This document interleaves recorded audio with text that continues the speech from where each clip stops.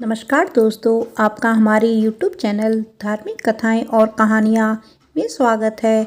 आज मैं आपको शनिवार व्रत की संपूर्ण कथा सुनाऊंगी। अगर आपको यह कथा अच्छी लगी तो आप वीडियो को लाइक, सब्सक्राइब और शेयर ज़रूर कीजिएगा। आइए सुनते हैं शनिवार व्रत की कथा। कई हजारों साल पहले स्वर्ग में 9 ग्रहों के बीच में एक सवाल को लेकर झगड़ा होने लगा। ये सवाल था, आखिर सबसे बड़ा है कौन। सारे ग्रह खुद को बड़ा कह रहे थे। होते होते बात इतनी बड़ी हो गई कि सबके बीच लड़ाई होने लगी। तभी इस बात का फैसला करने के लिए सभी ग्रहों ने इंद्रदेव के पास जाने का फैसला लिया। वहां पहुंचकर सबने एक स्वर में उनसे पूछा, आखिर हम सब में से सबसे बड़ा कौन है। इस सवाल का जवाब इंद्रराज के पास भी नहीं था।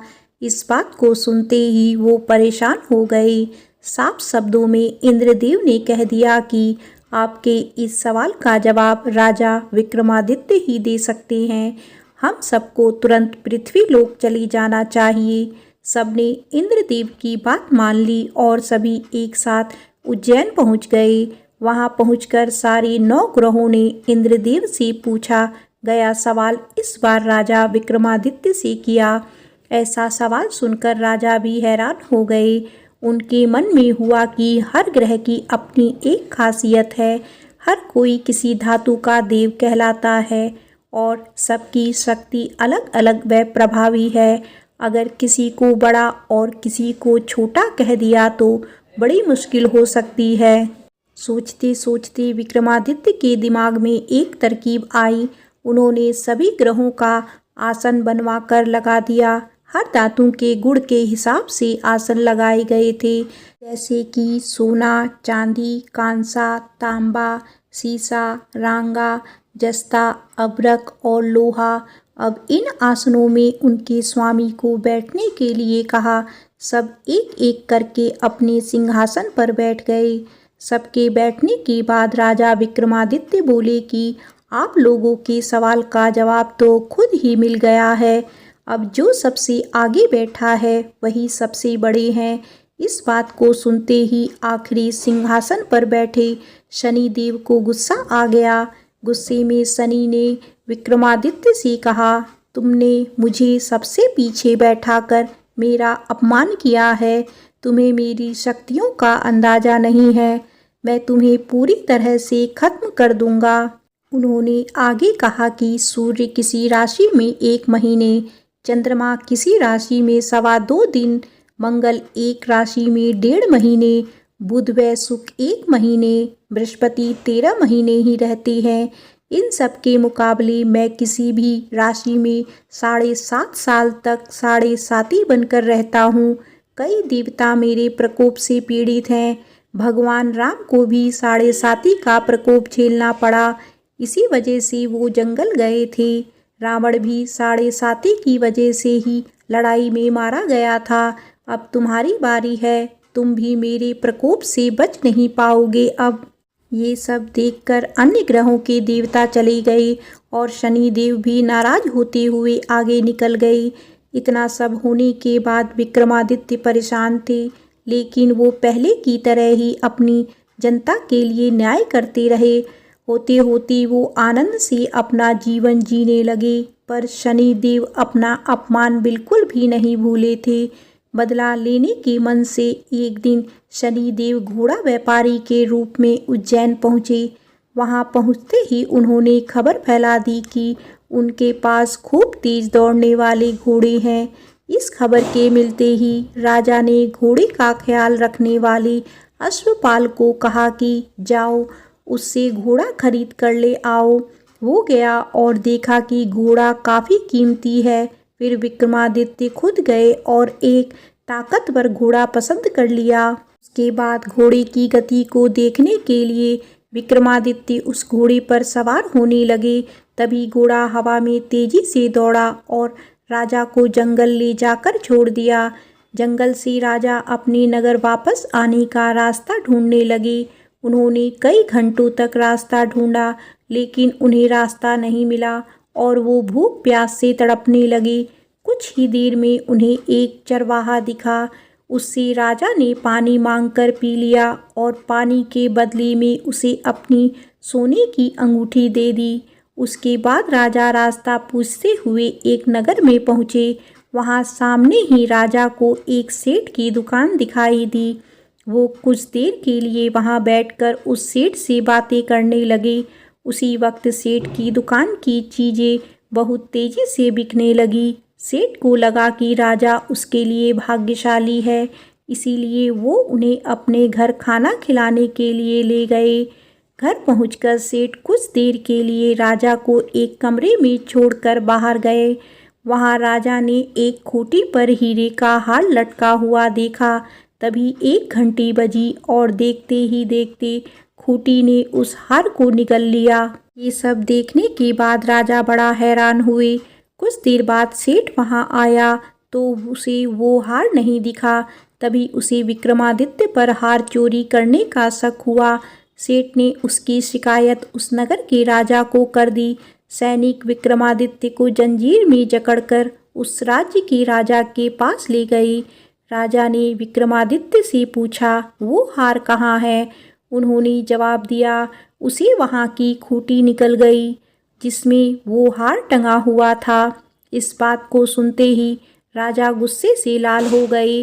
राजा जवाब से संतुष्ट नहीं थे, इसीलिए विक्रमादित्य को हीरे के हार का घोषित करते हुए हाथ पांव काटने की सजा सुना दी।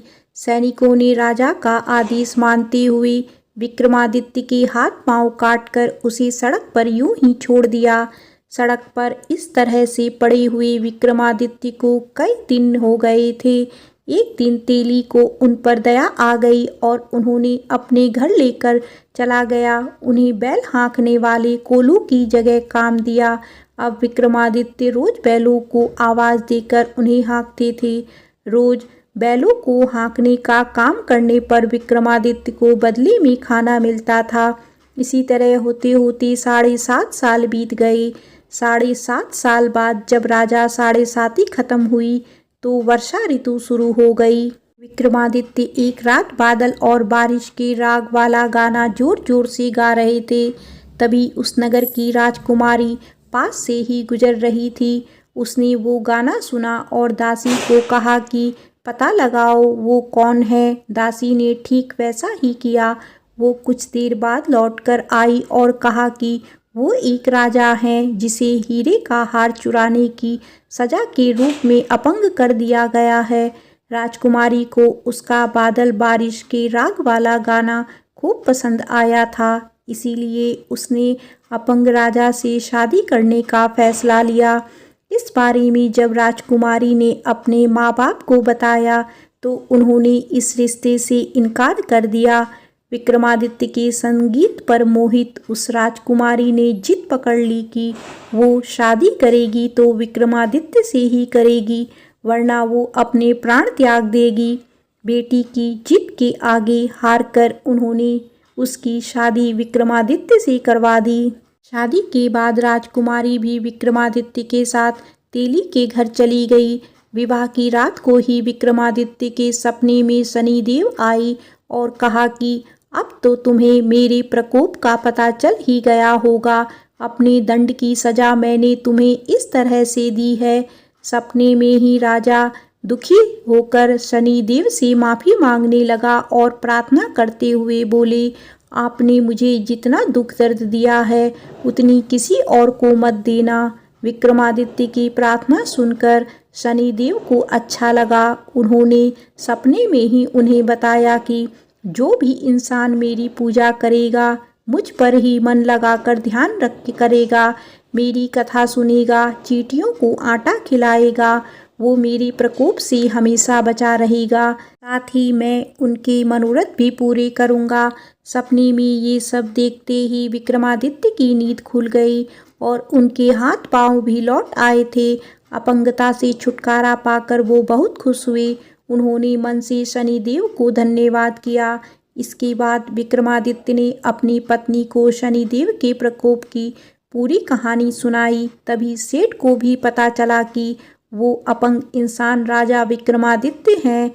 उसने दौड़कर राजा से माफ़ी मांगी। राजा ने भी उसे माफ़ कर दिया। क्योंकि उन्हें पता था कि यह सब कुछ शनिदेव की वजह से हो रहा है।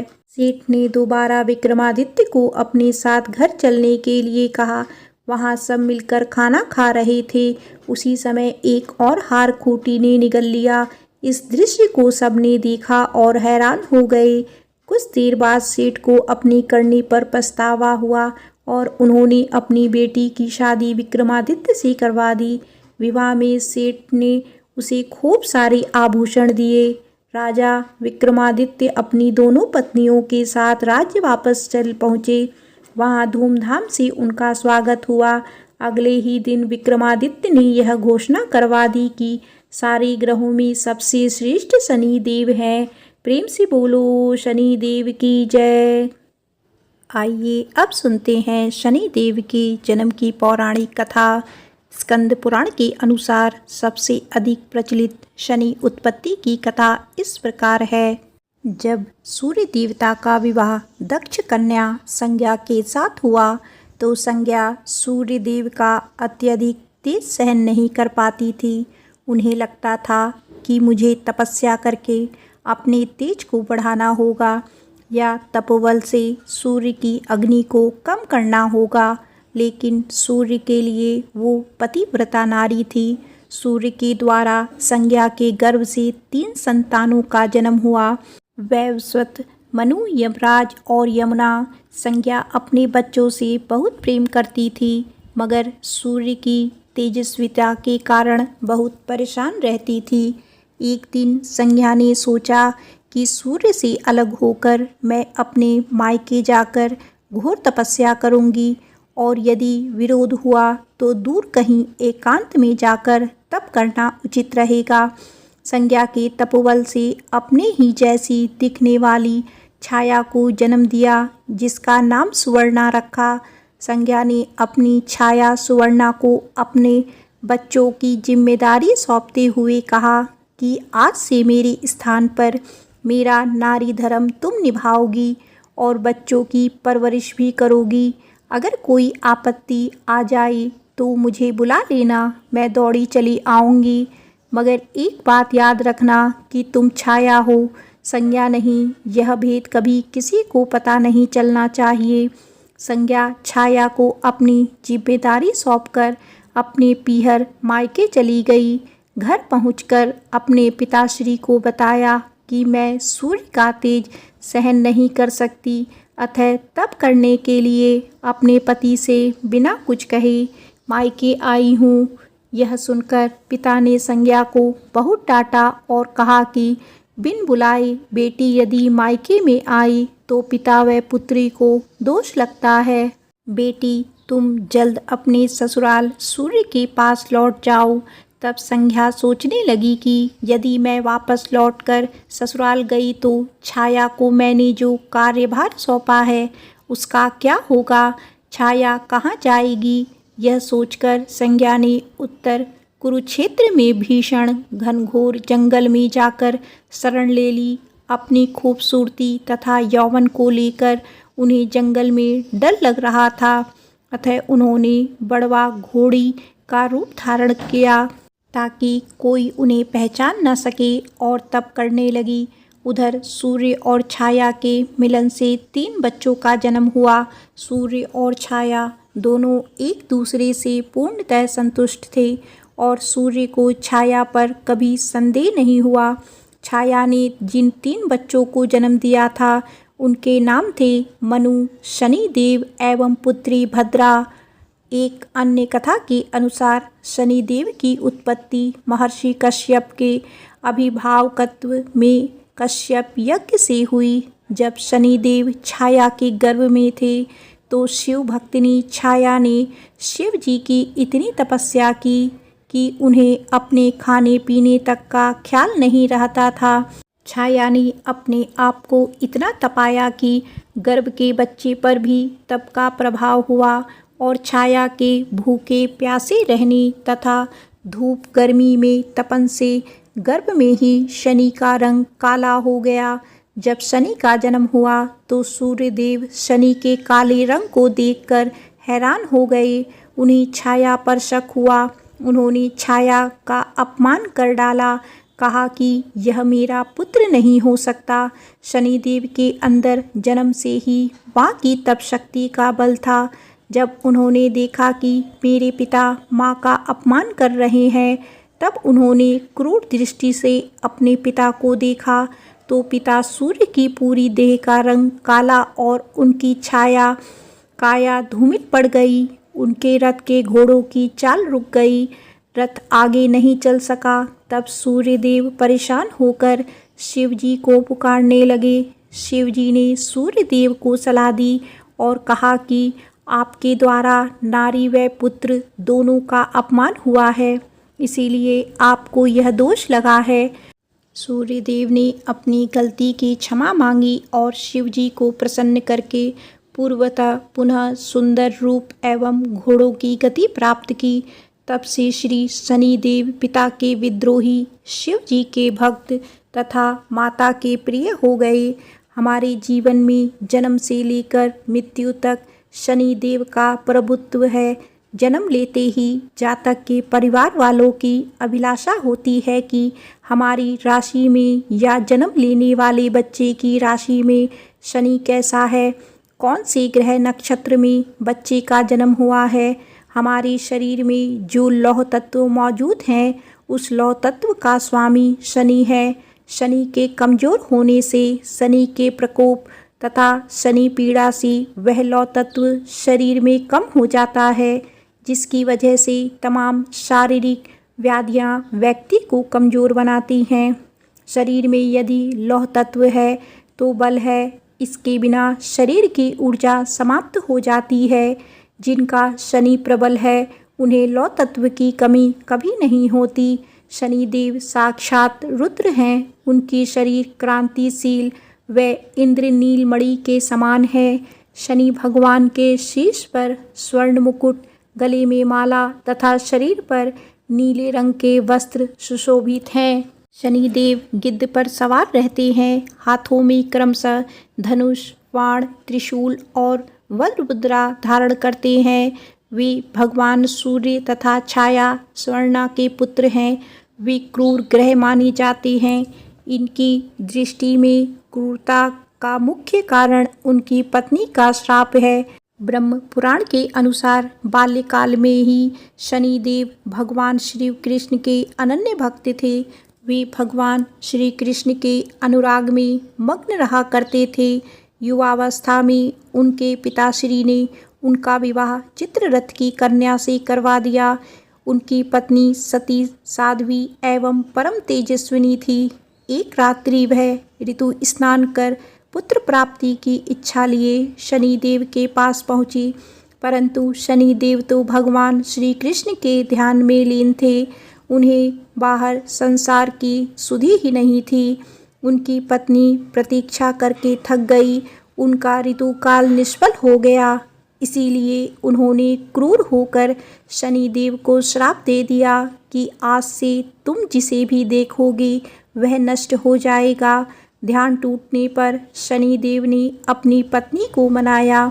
उनकी धर्मपत्नी को अपनी भूल पर पश्चाताप हुआ, किंतु श्राप के प्रतिकार की शक्ति उनमें नहीं थी। तभी से शनिदेव अपना सिर नीचा करके रहने लगे, क्योंकि वे नहीं चाहते थे कि उनकी दृष्टि से किसी का अनिष्ट हो। ज्योतिष शास्त्र के अनुसार शनि ग्रह यदि कहीं रोहिणी भेदन कर दे तो पृथ्वी पर 12 वर्षों का घोर अकाल पड़ जाएगा और प्राणियों का बच पाना मुश्किल हो जाएगा। शनि ग्रह जब रोहिणी भेदन कर बढ़ता जाता है, तब यह योग आता है। यह योग महाराज दशरथ के समय में आने वाला था। तब ज्योतिषियों ने महाराज दशरथ को बताया कि यदि शनि का योग आ जाएगा तो प्रजा अन्न जल के बिना तड़प तड़प कर मर जाएगी। प्रजा को इस कष्ट से बचाने हेतु महाराज दशरथ अपने रथ पर सवार होकर नक्षत्र मंडल में पहुँचे। पहले तो उन्होंने नित्य की भांति शनिदेव को प्रणाम किया। इसके पश्चात क्षत्रिय धर्म के अनुसार उनसे युद्ध करते हुए उन पर संहारास्त्र का संधान किया। तब शनिदेव महाराजा दशरथ की कर्तव्य निष्ठा से अति प्रसन्न हुए और उनसे कहा, वर मांगो। महाराज दशरथ ने वर मांगा कि जब तक सूर्य नक्षत्र आदि विद्यमान हैं तब तक आप रोहिणी भेदन ना करें। शनिदेव ने उन्हें वर देकर संतुष्ट किया। भगवान शनिदेव के अधिदेवता प्रजापति ब्रह्मा और प्रत्यधि देवता यम है। इनका वर्ण कृष्ण, वाहन गिद्ध तथा रथ लोहे का बना है। शनिदेव एक राशि में 30-30 महीने रहते हैं। वे मकर और कुंभ राशि के स्वामी हैं तथा इनकी महादशा 19 वर्ष तक की होती है। इनकी शांति के लिए मृत्युंजय जप की नीलम धारण तथा ब्राह्मण को तिल, भैंस, लोहा, तेल, काला वस्त्र, नीलम, काली गौ, जूता, कस्तूरी और सुवर्ण का दान देना चाहिए। शनिवार को इनकी महिमा को पढ़ने से धन संकट दूर होता है। सूर्यपुत्र शनिदेव के बारे में कहा जाता है कि उनका गुस्सैल स्वभाव और ग्रह दशा किसी को भी बर्बाद कर सकती है, लेकिन ऐसा हर किसी के साथ नहीं होता है। शनिदेव केवल उन्हीं लोगों को परेशान करते हैं जिनके कर्म अच्छे नहीं होते। शनिदेव न्याय के देवता हैं। यही वजह है कि भगवान शिव ने शनिदेव को 9 ग्रहों में न्यायाधीश का काम सौंपा है। मगर क्या आप जानते हैं कि वह शनिदेव जिनके प्रकोप से सारी दुनिया डरती है, वह खुद भी इन 5 लोगों से डरते हैं। नंबर 1, हनुमान जी से डरते हैं शनिदेव। माना जाता है कि शनिदेव पवन पुत्र हनुमान जी से भी बहुत डरते हैं।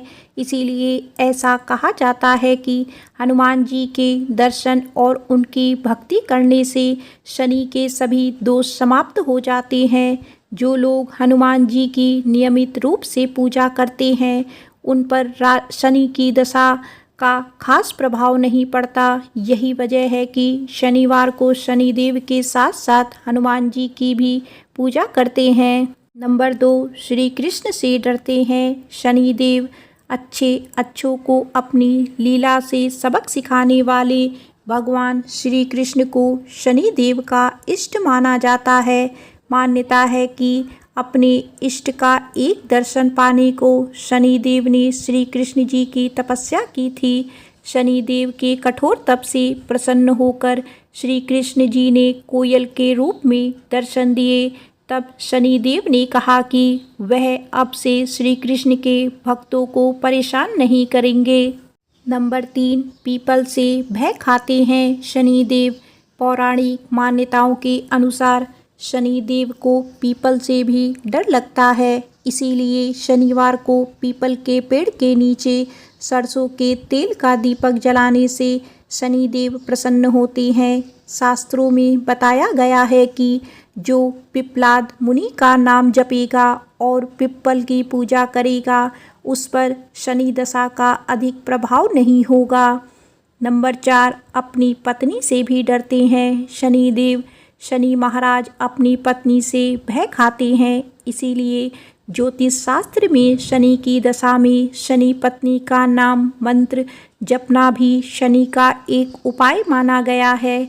इसकी कथा यह है कि एक समय शनि पत्नी ऋतु स्नान करके शनि महाराज के पास आई, लेकिन अपने इष्ट देव श्री कृष्ण के ध्यान में लीन शनि महाराज ने अपनी पत्नी की ओर देखा नहीं। क्रोधित होकर पत्नी ने श्राप दे दिया था कि आज से तुम जिसे भी देखोगे वह नष्ट हो जाएगा। तभी से शनिदेव अपना सिर नीचा कर कर रहने लगे, क्योंकि वे नहीं चाहते थे कि किसी का अनिष्ट हो। नंबर 5, भगवान शिव से भी डरते हैं शनिदेव। पिता सूर्यदेव के कहने पर शनिदेव को बचपन में एक बार सबक सिखाने के लिए शिवजी ने उन पर प्रहार किया था। शनिदेव इससे बेहोश हो गए तो पिता के विनती करने पर शिवजी ने वापस उन्हें ठीक किया। तब से मान्यता है कि शनिदेव शिवजी को अपना गुरु मानकर उनसे डरने लगे हैं। आइए अब जानते हैं शनिदेव की पूजा में तिल का क्या महत्व है। पौराणिक कथाओं में बताया गया है कि शनि महाराज भगवान सूर्य और उनकी दूसरी पत्नी छाया के पुत्र हैं। बताया जाता है कि एक बार गुस्से में सूर्य देव ने अपने ही पुत्र शनि को श्राप देकर उनके घर को जला दिया था। इसके बाद सूर्य को मनाने के लिए शनि ने काले तिल से अपने पिता सूर्य की पूजा की तो वह प्रसन्न हुए। इस घटना के बाद से तिल से शनिदेव और उनके पिता की पूजा होने लगी। ऐसे मिला था शनिदेव को 9 ग्रहों के स्वामी का वरदान। कहा जाता है कि एक बार भगवान सूर्यदेव अपनी पत्नी छाया से मिलने आए। सूर्यदेव के तप और तेज के कारण शनिदेव महाराज ने अपनी आंखें बंद कर ली और वह उन्हें देख नहीं पाए। भगवान शनि के काले वर्ण को देखकर सूर्यदेव की पत्नी छाया पर संदेह व्यक्त किया और कहा कि यह मेरा पुत्र नहीं हो सकता। इसके चलते शनिदेव के मन में सूर्य के प्रति शत्रुवत भाव पैदा हो गया। इसके बाद शनिदेव महाराज ने भगवान शिव की कड़ी तपस्या की। भगवान शिव ने शनिदेव की कड़ी तपस्या से प्रसन्न होकर वरदान मांगने को कहा, जिस पर शनिदेव ने भगवान शिव से कहा कि सूर्यदेव उनकी माता को प्रताड़ित और उनका अनादर करते हैं। इससे उनकी माता को हमेशा अपमानित होना पड़ता है। उन्होंने सूर्य से अधिक शक्तिशाली और पूजनीय होने का वरदान मांगा। इस पर भगवान शिव ने शनिदेव को वरदान दिया कि वह 9 ग्रहों के स्वामी होंगे, यानी उन्हें सबसे श्रेष्ठ स्थान की प्राप्ति होगी। इसके साथ ही सिर्फ मानव जाति ही नहीं बल्कि देवता, असुर, गंधर्व, नाग और जगत का हर प्राणी जाति उनसे भयभीत होगा। आइए अब जानते हैं कि हमें शनिवार को किस बातों का विशेष ध्यान रखना चाहिए। भगवान शनि के कोप से बचने के लिए सूर्य उदय से पहले उठकर व्रत रखने का संकल्प लें। शनिवार के दिन उनकी प्रतिमा पर काले तिल और तेल चढ़ाएं। शनिवार के दिन लोहा या लोहे से बनी चीज़ों को खरीदने से बचें। इस दिन सरसों का तेल भी नहीं खरीदा जाता है। गरीबों और बेसहारा लोगों की मदद करें। इससे शनिदेव प्रसन्न होते हैं और उनकी कृपा दृष्टि बनी रहती है। एक बार प्रेम से बोलिए शनिदेव महाराज की जय।